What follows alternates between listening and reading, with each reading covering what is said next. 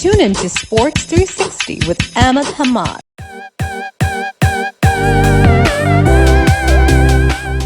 Sports 360 के एक fresh episode के साथ हम मौजूद हैं आज, और हमारे साथ मौजूद हैं Yasir Arafat, former Pakistan cricketer. Yasir, South Africa के अब 5 प्लेयर्स नहीं होंगे तीसरे वनडे इंटरनेशनल में, तो क्या देखते हैं कि क्या कोई उनका बेंच स्ट्रेंथ अभी भी उनकी इतनी है कि वो तीसरे मैच में यही कंपेटिटिव टीम इस तरह की सामने लेकर आए और एक कांटेदार मैच हो, या आप समझते हैं कि पाकिस्तान के लिए आसान होगा तीसरा मैच जीतना? हम भी, अगर आपको याद हो, जब ये लोग आए थे T20 खेलने पाकिस्तान, तो उस टाइम भी इनकी बी टीम थी, बी स्ट्रेंथ टीम थी, तो वो भी उन्होंने भी काफी टफ टाइम पाकिस्तान को दिया था। तो आप इंटरनेशनल क्रिकेट में किसी को भी आप इजी नहीं ले सकते। हाँ, 5 लड़के उनके जा रहे हैं, और जो मेन परफॉर्मर थे इस 2 मैचों के, जो परफॉर्मर अगर आप कहें तो वो उनके मेन प्लेयर जा रहे हैं, मगर अगेन कंडीशन पाकिस्तान के लिए मुश्किल है। उनका जो अपना कॉम्बिनेशन है, जो अपनी कंडीशन में वो जिस तरह खेलते हैं, तो अगर इस तरह की इनिंग्स अगर दोबारा ना खेली गई, या बाबर की तरफ से या फखरी, तो पाकिस्तान स्ट्रगल कर सकता है। पाकिस्तान को एक एज ए यूनिट आना पड़ेगा। बैटिंग में अगर बात करें, 3-4 प्लेयरों को परफॉर्म करना पड़ेगा। बॉलिंग में एग्जीक्यूशन जो हमारी है, देखिए विकेट्स हमें अर्ली ऑन लेनी पड़ेगी, मिडल में हमें आके विकेट्स लेनी पड़ेगी। आखिर में जो बॉलिंग, आपने कहा कि बॉलिंग में हमने उस तरह की बॉलिंग एग्जीक्यूशन हमारी यॉर्कर्स की या वो नहीं हुई, तो वो भी हमें इस पे थोड़ा तवज्जो देनी पड़ेगी। अदरवाइज आप इजी नहीं ले सकते।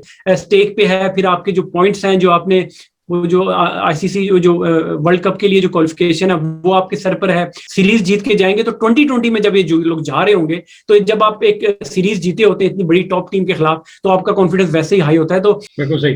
अच्छा, जिस तरह आप कह रहे हैं कि शादाब खान अनफिट हैं, वो नहीं खेलेंगे, तो हम राइट आर्म लेग स्पिनर को ही खिलाएंगे, उस्मान कादर ही खेलेंगे, और बैटिंग में लेट से दानिश अजीज से अगर सिलेक्टर्स कहें कि काफ़ी है, 2 चांसेस दे दिए, सरफराज को खेलता हुआ देख रहे हैं आप मिडिल ऑर्डर में? क्योंकि मिडिल ऑर्डर काफ़ी वीक नज़र आ रहा है। आसिफ अली वो परफॉर्मेंस दे नहीं पा रहे। देखिए, हमारे थोड़ा सा प्रॉब्लम है वैसे ही। ऑब्वियसली सिर्फ बेचारे पे इतनी क्रिटिसिज्म तो हो रहा है कि वो उसको मिसबा की गुड बुक्स में उसको बार बार खिलाते हैं, मगर 6वें नंबर पे अगर आप बात करते हैं तो फिर सरफराज की भी वहां जगह नहीं बनती। मगर मेरे से अगर आप मेरी राय पूछते हैं, सरफराज को तो शुरू से ही होना चाहिए था एज अ कीपर टीम में। रिजवान को एज अ बैट्समैन खिलाना चाहिए था, मगर वो फिर वो 6वें नंबर की बात आ जाती है कि आपको वहां पे एक हिटर चाहिए। तो आपके पास जो ऑप्शन थी, जो आपके रिसोर्सेज थे इस टूर पे, आसिफ से बेहतर कोई चॉइस आपके पास नहीं थी। फिर इसी वजह से उन्होंने उसको फेवर किया। अदरवाइज आसिफ तो खेलते ही ना। अगर वो जो सऊद शकील अनफिट हुए हैं, तो उनकी वजह से उनको दोबारा मौका मिला। और उस नंबर के लिए अगर आप देखें तो आपके पास प्लेयर कोई नहीं था। सरफराज को मैं कहता हूं कि अगर आप, अब तो इट्स टू लेट ना हो कि अगर आप बेचारे को फिर सरफराज को 2 साल में, अगर पिछले 1 साल में आपने उनको एक मैच दिया, वो T20 इंग्लैंड में वो मिला, तो पूरे साल आप उनको सैर कराते रहे, खिलाया नहीं। तो अगर खिलाना था तो मेरा तो यही सजेशन थी, और मैं यही कह रहा था कि इनको तीनों मैच ही ज्यादा कीपर खिलाए। रिजवान की जितनी अच्छी बैटिंग फॉर्म है, उनको आप एज अ बैट्समैन 4थे नंबर 5वें नंबर पे खिला सकते हैं, क्योंकि looking ahead long term plan यही होता है कि आपको खुदा ना खासा रिजवान की कोई इंजरी हो जाती है या कुछ हो जाता है, तो आपके पास एक रेडीमेड इन फॉर्म प्लेयर होना चाहिए पीछे। आसिफ अली पे प्रेशर जितना जिस तरह की उनकी फॉर्म है, तो ड्रॉप तो अब उनको करना पड़ेगा। मगर फिर वही बात है कि जब इनको लेके आएंगे सरफराज, तो उनके साथ भी ज्यादती होगी कि एक मैच आप उनको खिला रहे हैं, उसमें फिर क्या उनका कॉन्फिडेंस रहेगा। और हैदर अली को अगर मैं चाहूँ कि लेट से हैदर अली T20 में तो ऑब्वियसली खेलेंगे ही, तो वनडे इंटरनेशनल में भी उनको ट्राई किया जा सकता है। देखिए, हैदर भी बहुत टैलेंटेड प्लेयर है, मगर आप देखें दानिश अजीज और हैदर का कंपेयर इस तरह है कि दानिश अजीज ने आपको 3-4 साल से परफॉर्मेंस डोमेस्टिक में की है, तो फर्स्ट जो चॉइस है या प्रेफरेंस वो दानिश ही बनते थे। तो अगर दानिश खेल रहे हैं तो हैदर अली की जगह नहीं बनती थी। तो अब जब अगर आप T20 ऑब्वियसली आ रहे हैं, तो अब एक मैच के लिए अब हैदर पे क्या प्रेशर डालें? जो लोग, जिन लड़कों को आप खिला रहे हैं उनको खिलाते रहे। अगर कोई ड्रॉप होता है तो वो आसिफ अली होगा उसकी जगह। अगर सरफराज को आप इन कर दें तो ये अगर ऑप्शन है। अदरवाइज आप सिर्फ इस बेस पे दें कि जी 2 मैचों में दानिश अजीज फ्लॉप हो गए, तो ये कोई मेरे ख्याल से तुक नहीं बनती। आप उल्टा जो दानिश का कॉन्फिडेंस है वो भी खराब करेंगे, और हैदर अली पे भी प्रेशर होगा कि अगर परफॉर्म नहीं करेगा तो वो फिर T20 में जब जा रहा होगा, अगर परफॉर्म नहीं करे खुदा न खासा, तो उस पर भी एक्स्ट्रा प्रेशर हो जाएगा। तो ये क्लियर होना चाहिए प्लेयर्स को, मैनेजमेंट को, कि मैंने अपने प्लेयर से पहले ही बात करनी है बिफोर द सीरीज कि इस लड़के ने 3 मैच खेलने हैं, इस लड़के ने, अनलेस अनटिल कि आपको फोर्स चेंज करनी पड़े, कोई इंजरी हो जाए। अदरवाइज उन लोगों को, उन लड़कों को पता होना चाहिए टूर पे जाने से पहले कि जब वो जा रहे हो वहां पे उनको पता हो कि उनको 3 या 4 इनिंग्स मिलेंगी, उसमें उनको अपने आप को प्रूव करना पड़ेगा। या sir, being a fast bowler, आपने भी बॉल किए, मैंने भी बॉल किए, हम ये समझते हैं कि अगर हमारे पास पेस है तो फिर तो हमें पेस का इस्तेमाल प्रॉपर करना पड़ेगा।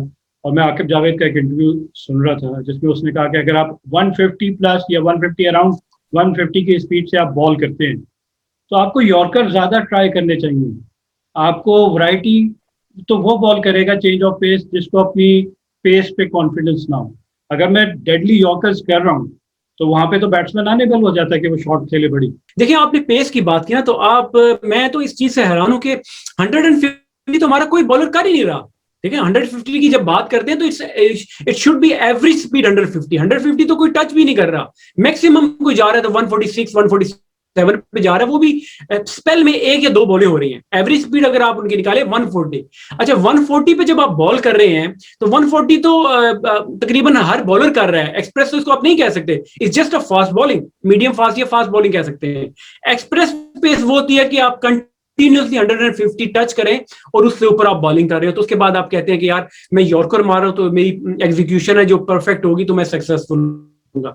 140 135 की पेस से आप बॉल कर रहे हो, फिर आपकी एग्जीक्यूशन भी उस तरह ना हो रही हो यॉर्कर, तो आपको तो डेफिनेटली मार पड़ेगी आपकी। देखिए आपने हमारे बॉलर्स ने 50 ओवर कंपटीशन खेले ही नहीं वर्ल्ड कप के बाद। 2019 2 साल होने वाले हैं, अभी 1.5-2 साल हो गए हैं, तो हमारे प्लेयर्स ने 50 ओवर तो हार्डली कोई खेला।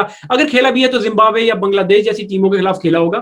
अदरवाइज आपने प्रॉपर इंडिया या ऑस्ट्रेलिया इन जैसी टीमों के खिलाफ अगर खेले भी हैं तो आपने स्ट्रगल किया है। तो डोमेस्टिक में आपने जो ये बॉलर यहाँ पे खेले, इन लोगों ने तो डोमेस्टिक इवन 50 ओवर खेला ही नहीं है, इन्होंने बॉलिंग ही नहीं की हुई।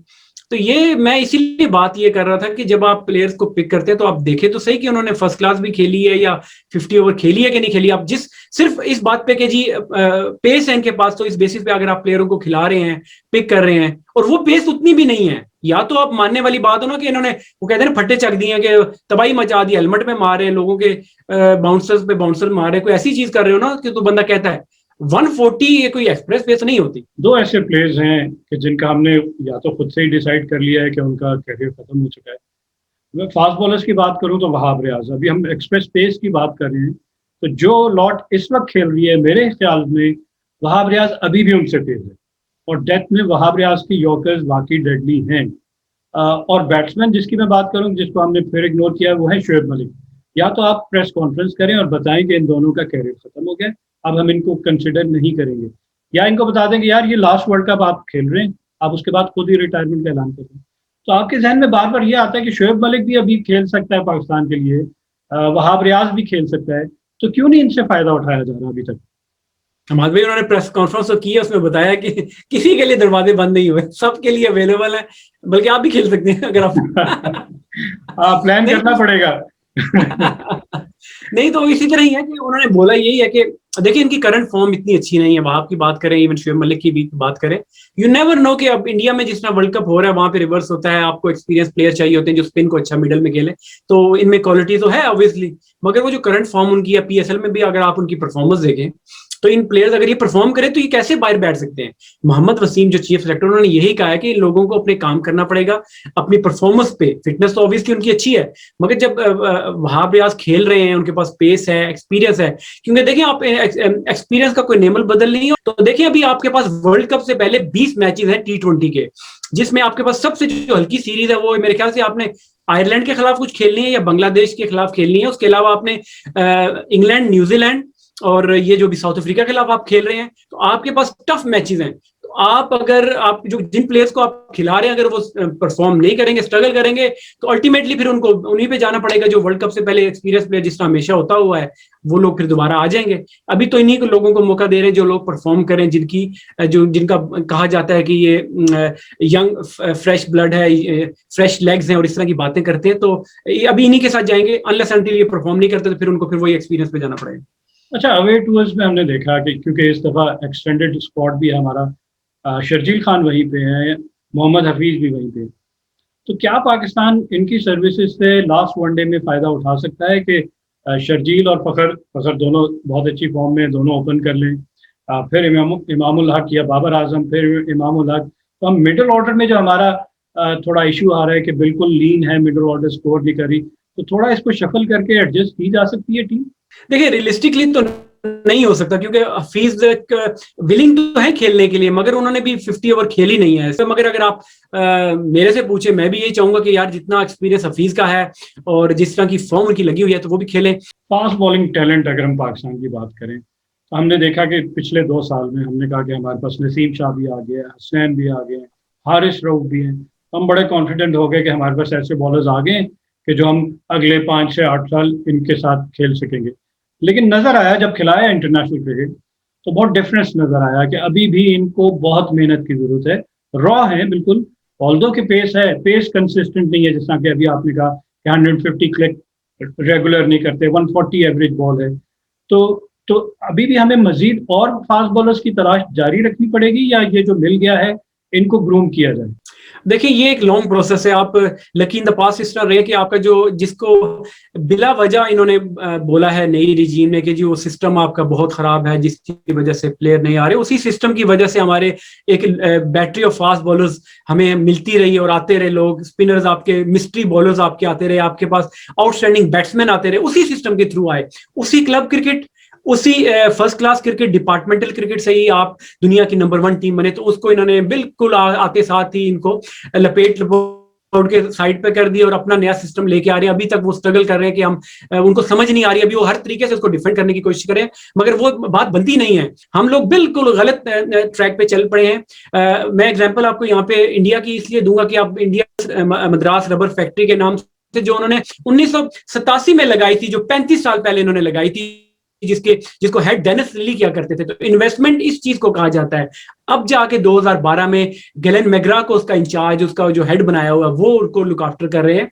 तो प्लेयर्स इस तरह आते हैं। हम लोग पहले तो लकी थे, हमारा जो रॉ टैलेंट आता था और वो इतना कंपेटिटिव क्रिकेट होती थी, क्लब क्रिकेट होगी, डोमेस्टिक क्रिकेट की, हम वो मीट करते थे, इंटरनेशनल लेवल के प्लेयर हम लोग तैयार कर रहे थे। और इंडिया लकी इंस्टेंस में इस तरह है कि आप उनके पास PSL IPL है, उनके पास ये जो मैंने पेस एकेडमी की बात, ये सारे फास्ट बॉलर उधर से आ रहे हैं। इवन डोमेस्टिक में उनकी 37 फर्स्ट क्लास की टीमें हैं, जिसकी वजह से उनके पास हर तरफ से आपके पास प्लेयर आ रहे हैं। और इवन जो सबसे अच्छी चीज हुई रिसेंट पास में 3-4 साल में, जो उनकी जो एकेडमी दुनिया के जो टेक्निकल, अगर जिसको आप साउंड बैट्समैन के राहुल द्रविड़ के अंडर और ऐसा रोल मॉडल आप कहेंगे उनके अंडर वो एकेडमी चल रही है, तो आप देखेंगे थोक के हिसाब से उनके पास दर्जनों के हिसाब से इतने अच्छे प्लेयर्स रेडी आ रहे हैं, रेडीमेड प्लेयर्स आ रहे हैं कि जो आके उनके, इवन कोहली ना खेल रहे हो, रोहित शर्मा ना खेल रहे हो, उनकी जो शामी, बुमराह, ये लोग नहीं भी खेल रहे, फिर भी वो दुनिया को टफ टाइम दे रहे हैं और दुनिया की नंबर 1 टीम बने हुए हैं। तो वो उन लोगों ने लॉन्ग टर्म इन्वेस्टमेंट की हुई है। हमें अभी तो हमें समझ ही नहीं आ रहा कि हमने ऑस्ट्रेलिया का सेटअप लेके आना है या उसको सपोर्ट करना है या बैक करना है, या कोई इनोवेशन लेके आनी है या नई कोई चीज लेके आनी है। अभी तक हम लोग जो है वो डामाडोल से ही है। आपने राहुल द्रविड़ की बात की, तो हमने भी अपने मुल्क में मोहम्मद यूसुफ को यही जिम्मेदारी सौंपी है। और फास्ट बॉलिंग की बात करूं तो मोहम्मद जाहिद को हम लेकर आए हैं। ये दोनों प्लेयर्स हमारे पास मौजूद हैं और मेहनत भी कर रहे होंगे। लेकिन मैं ये जानना चाहूंगा कि जिस तरह आप खेले हुए हैं फॉर्मर फास्ट बॉलर, आपके अलावा मोहम्मद आसिफ का बहुत चर्चा है, सारी दुनिया आज भी, क्योंकि यूट्यूब पे बहुत सारी उनकी वीडियोस वायरल हैं, देखते हैं और एंजॉय करते हैं, कहते हैं कि यार क्यों नहीं ऐसा बॉलर दोबारा हमारे पास आ रहा। आपके जो इन स्विंगिंग यॉर्कर्स थे वो मिस कर रहे हैं, राना नवीद के इन स्विंगिंग यॉर्कर्स, वसीम वकार के, शोएब अख्तर के, अजहर महमूद, अब्दुल रज़ाक की, सब हम क्लिप्स देखते रहते हैं और फिर मिस करते हैं। तो जिस तरह मोहम्मद जाहिद और मोहम्मद यूसुफ की सर्विसेज ली गई हैं, तो आप लोगों को बोर्ड ने कभी अप्रोच किया आपसे या मोहम्मद आसिफ से? देखें, आसिफ की तो मैं क्या बात करूं, मैं अपने हद तक जो मेरी, मैं आपको बताता हूं कि मैं अब क्वालिफिकेशन अगर कोचिंग की के देखें तो मैं लेवल 4 ECB का कर रहा हूँ, जो हाईएस्ट क्वालिफिकेशन इन कोचिंग है। तो मेरे साथ तो एज सच किसी ने कोई राब्ता PCB की ने नहीं किया, ऑल्दो मैंने खुद, इन्होंने एडवर्टाइजमेंट की थी हाई परफॉर्मेंस सेंटर के लिए, तो मैंने जॉब उसके लिए अप्लाई किया था। तो उसमें मुझे कोई रिस्पांस PCB की तरफ से तो नहीं आया था। आपने नाम लिया यूसुफ भाई के, बड़े लेजेंड्स हमारे प्लेयर्स गुजरे हैं और ऑब्वियसली वो काम भी कर रहे होंगे और उनकी एफर्ट्स कर रहे हैं, वो जितना बेहतरी अपने हिसाब से वो कर रहे होंगे, तो ऑब्वियसली उनका अच्छी चीज है और बाकी कोचेस भी लेके आए। मगर मैं एक छोटी सी एग्जांपल यहाँ पे आपको दे दूं कि देखें, हम लोगों को उस चीज से बाहर निकलना पड़ेगा कि कोई बड़े नाम ही आके पाकिस्तान की क्रिकेट को ठीक कर सकते हैं। अगर आप थोड़ा सा पीछे चले जाए, जब न्यूजीलैंड पाकिस्तान टीम गई हुई थी तो न्यूजीलैंड की कोचिंग स्टाफ में जो लोग बैठे हैं, बैटिंग बॉलिंग या हेड कोच है, आप नहीं हार्डली किसी को जानते होंगे, मगर वेयर जो उनके लेजेंड्स है, स्टीफन फ्लेमिंग है, ब्रेंडन मैकेलम है, वो कमेंट्री बॉक्स में बैठे हुए हैं। और इवन तो वो कोचिंग वो भी कर रहे हैं, वो लेकिन फ्रेंचाइज क्रिकेट में कर रहे हैं, मगर ऑन द बेसिस ऑफ ये नहीं कि वो लोग सिर्फ लेजेंड्स है या उन्होंने इतनी क्रिकेट न्यूजीलैंड के लिए खेली है तो उनको ड्रेसिंग रूम में एज अ कोचिंग आप लेके आए या हाई परफॉर्मेंस सेंटर में उनकी काम करवाएं। हमारे यहाँ ये एक खाम खा का हवा बना हुआ कि जो बड़ा प्लेयर है वही आके पाकिस्तान क्रिकेट को ठीक कर सकेगा। आपने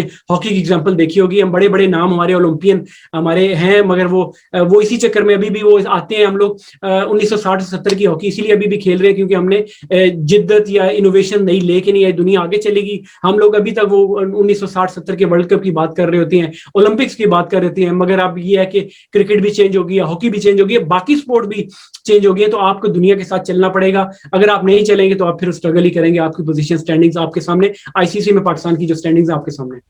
बिल्कुल सही कह रहे हैं, दुनिया कहाँ से कहाँ चली गई, लेकिन हमारे बैट्समैन की जो टेक्निक है वो अभी तक वही है। अगर हम इंग्लिश कंडीशन में जाएं तो जिमी एंडरसन हमें खेलने नहीं देगा, वो आउट स्विंग पे अपनी सीम स्विंग से हमें डिस्टर्ब करता है। और अभी रिसेंटली न्यूजीलैंड के टूर पे देखा तो काइल जेमिसन, क्योंकि उनकी हाइट ज्यादा थी, वो शॉर्ट पिच बॉल करते थे, बॉडी पे बॉल आए तो हम वही हमारी पुरानी टेक्निक है।